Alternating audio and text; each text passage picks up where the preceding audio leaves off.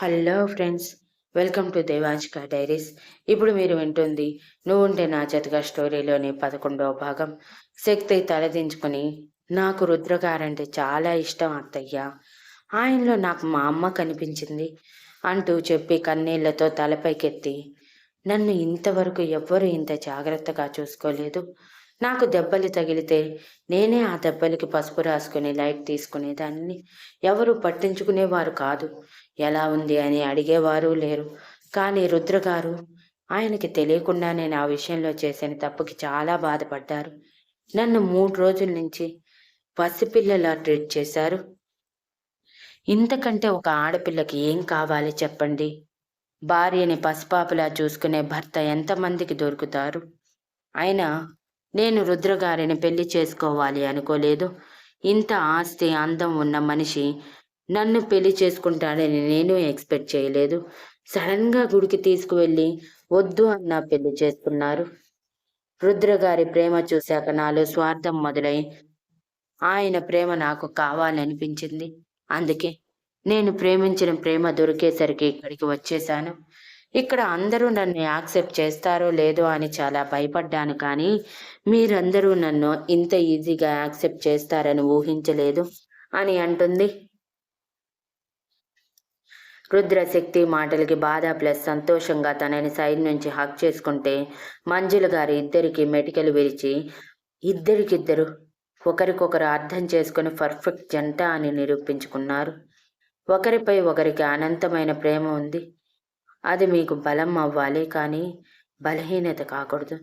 అలాగే శక్తి, ఇంతవరకు నువ్వు చూసిన వాళ్ళే కాదు, ఇంకా చాలామంది మన ఫ్యామిలీలో ఉన్నారు. వాళ్ళందరినీ ఎదిరించేలా ఉండాలి నువ్వు. అప్పుడే ఇంట్లో ఉన్న వాళ్ళ నోర్లు మోయించవచ్చు. అలాగే ఇంట్లో ఉన్న అందరూ నిన్ను యాక్సెప్ట్ చేయలేదు. నేను ఇంకో నలుగురు మాత్రమే యాక్సెప్ట్ చేశారు. కాబట్టి నువ్వు ఇక్కడ జాగ్రత్తగా ఉండాలి. నీకు ఏ చిన్న కష్టం వచ్చినా ఈ అమ్మ లాంటి అత్త ఉందని మర్చిపోకు. ఇప్పటి నుంచి నీకు నేనే తల్లిని కూడా. నాలోనే నువ్వు నీ మొగుడిని తప్ప మిగిలిన వాళ్ళందరినీ చూసుకో అని నవ్వుతూ అంటారు. రుద్ర చిన్నగా, థ్యాంక్ యూ పిన్ని, శక్తికి ఇంత భరోసా ఇస్తున్నందుకు. ఇక్కడికి తీసుకువచ్చాక ఎలా ఉంటుందో అని, ఎవరైనా ఏమైనా అంటారేమోనని కొంచెం భయపడ్డాను. నువ్వు, బాబాయ్, తమ్ముడు, చెల్లి, తాతయ్య ఇంత సపోర్ట్ చేస్తూ ఉంటే చాలా సంతోషంగా ఉంది. నా కన్న తల్లి నన్ను పట్టించుకునే సమయంలో నువ్వే నన్ను మీ పిల్లల కంటే ఎక్కువగా చూసుకొని ప్రేమను పంచావు. నాకు మా అమ్మ నాన్నల కంటే నువ్వు, బాబాయ్ ఇంపార్టెంట్ అని అంటాడు. సెంటి సీన్ పెరిగిపోతుందని మంజుల గారు, సరే సరే, ఇప్పుడు మీరు ఏడ్చి ఈ రూమ్ని సముద్రం చేయొద్దు. నాకు ఈ ఏడుపులు పెడబొప్పులు అంటే చిరాకు. నేను శక్తికి సమన్వయ డ్రెస్ తీసుకువస్తాను, ఉండండి అని అంటారు. వద్దు పిన్ని, నాకిష్టం లేదు. తన ఒంటి మీద ఉంటే నా బట్టలు ఉండాలి, లేకపోతే తన బట్టలే ఉండాలని నేను నా మనసులో గట్టిగా ఫిక్స్ అయ్యాను. సాయంత్రానికి శక్తి బట్టలు వచ్చేస్తాయి, కాబట్టి మీరు ఎక్కువ టెన్షన్ తీసుకోవద్దు అని అంటూ ఉండగానే రుద్ర ఫోన్ రింగ్ అవుతూ ఉంటుంది. అటువైపు నుంచి చెప్పింది విని సీరియస్గా, వెయిట్ చేయమను, మేమిప్పుడే వస్తాము అంటూ, పిన్ని నువ్వు కిందకి వెళ్ళి ఫ్యామిలీ మెంబర్స్ అందరినీ గ్రౌండ్ ఫ్లోర్కి రమ్మని చెప్పు, నేను శక్తిని రెడీ చేసుకొని తీసుకువస్తాను అని చెప్పగానే మంజుల గారు సరే అని బయటికి వెళ్ళిపోతారు. రుద్ర వెంటనే డోర్ క్లోజ్ చేసి తన కబోర్డ్ దగ్గరకు వెళ్ళి, ఎప్పుడో తను షాపింగ్కి వెళ్ళినప్పుడు నచ్చి ఇష్టంగా తీసుకున్న చీర తీసి శక్తి దగ్గరికి వెళ్ళి, స్వీటీ, మనం కిందకి వెళ్ళాలి, త్వరగా రెడీ అవ్వు అని సీరియస్గా మొహం పెట్టి అంటాడు. శక్తి కూడా రుద్ర మొహంలో సీరియస్నెస్కి మౌనంగా సరే అని అనగానే రుద్ర తనని పైకి లేపి యూట్యూబ్ చూస్తూ జాగ్రత్తగా శారీ కడుతూ ఉంటాడు. చీర కట్టడం అయిపోయాక రుద్ర శక్తిని తన దగ్గర ఉన్న గోల్డ్ ఐటమ్స్లో లైట్ వెయిట్వి వేసి రెడీ చేసి కిందకి తీసుకుని వెళ్ళాడు. గ్రౌండ్ ఫ్లోర్లో అప్పటి వరకు సమీరా అనే హీరోయిన్ వెయిట్ చేస్తూ ఉంటుంది. రుద్ర లిఫ్ట్ వరకు నడిపించుకొని వెళ్ళినవాడు గ్రౌండ్ ఫ్లోర్కి వెళ్ళాక కావాలని శక్తిని ఎత్తుకొని తీసుకువెళ్ళి ఆ హీరోని ఎదురుగా కూర్చొని శక్తిని తన ఒడిలో కూర్చోబెట్టుకొని శక్తి నడుం చుట్టూ చేయి వేసి తన భుజం మీద తన గడ్డం ఆంచి సమీర వైపు చంపేసేలా చూస్తూ ఉంటాడు. వేణు వచ్చి రుద్ర వెనక నిలబడతాడు. శక్తి ఇబ్బందిగా రుద్రగారు అంటూ ఉంటే రుద్ర శక్తి భుజం మీద ముద్దు పెట్టి సైలెంట్గా ఉండు అని అంటాడు. దెబ్బకి శక్తి ముడుచుకుపోయి సైలెంట్ అయిపోతుంది.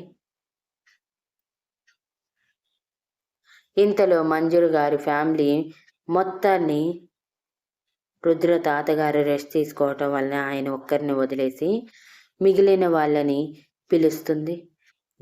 గ్రౌండ్ ఫ్లోర్కి రమ్మని చెప్పటం వలన వాళ్ళందరూ పై మెరుగులు దిద్దుకొని వచ్చినప్పుడే రుద్ర శక్తి భుజం మీద ముద్దు పెట్టడం చూసి మనసులోనే శక్తిని తిట్టుకుంటారు. సమీర రుద్ర మరదళ్ళు శక్తిని ఈర్ష్యగా చూస్తూ తను ఉన్న ప్లేస్ తనది అన్నట్టు ఒక్క క్షణం చూసి వెంటనే ఆ ఊహ కూడా తన మనసులోకి వచ్చింది అని రుద్రకి తెలిస్తే తను పూర్తిగా అగాధంలోకి వెళ్ళిపోతుంది అని భయపడి, ప్లీజ్ రుద్ర గారు, మీరు ఇలా చెయ్యొద్దు, నా కెరియర్ నాశనం అయిపోతుంది, ప్లీజ్ అని దీనాతి దీనంగా మొహం పెట్టి అడుగుతుంది. అప్పటి వరకు రుద్ర శక్తి లేని చూస్తూ ఉన్న ఫ్యామిలీ మెంబర్స్ సమీరని చూసి 2 సంవత్సరాల్లోనే టాప్ 10 హీరోయిన్స్లలో నిలిచిన పాన్ ఇండియా హీరోయిన్ సమీర అని రుద్ర మరదళ్ళు సంతోషంతో అరుస్తారు. మిగిలిన వాళ్ళు కూడా సమీరని ఆశ్చర్యంగా షాక్గా చూస్తూ ఉంటారు. రుద్ర మరదళ్ళు స్వాతి మిత్ర పరిగెత్తుకుంటూ సమీర దగ్గరికి వెళ్తూ ఉంటే స్టాప్ దే అని రుద్ర గొంతు గంభీరంగా వినిపిస్తుంది. స్వాతి మిత్ర ఇద్దరూ భయంగా అక్కడే ఆగిపోతే రుద్ర తీక్షణంగా సమీర వైపు చూస్తూ, నువ్వు సారీ చెప్పాల్సింది నాకు కాదు, నా వైఫ్కి.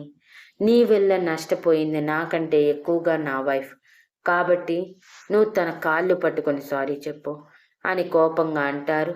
సమీరకి అది అవమానంగా అనిపించి, రుద్రగారు, నేను చేసింది తప్పే, కానీ మీ భార్య కాళ్ళు నేను పట్టుకోవటం ఏంటి? మీ కాళ్ళు పట్టుకోవాలి, కానీ నేను మిమ్మల్ని నా సొంతం చేసుకోవాలని అలా చేశాను.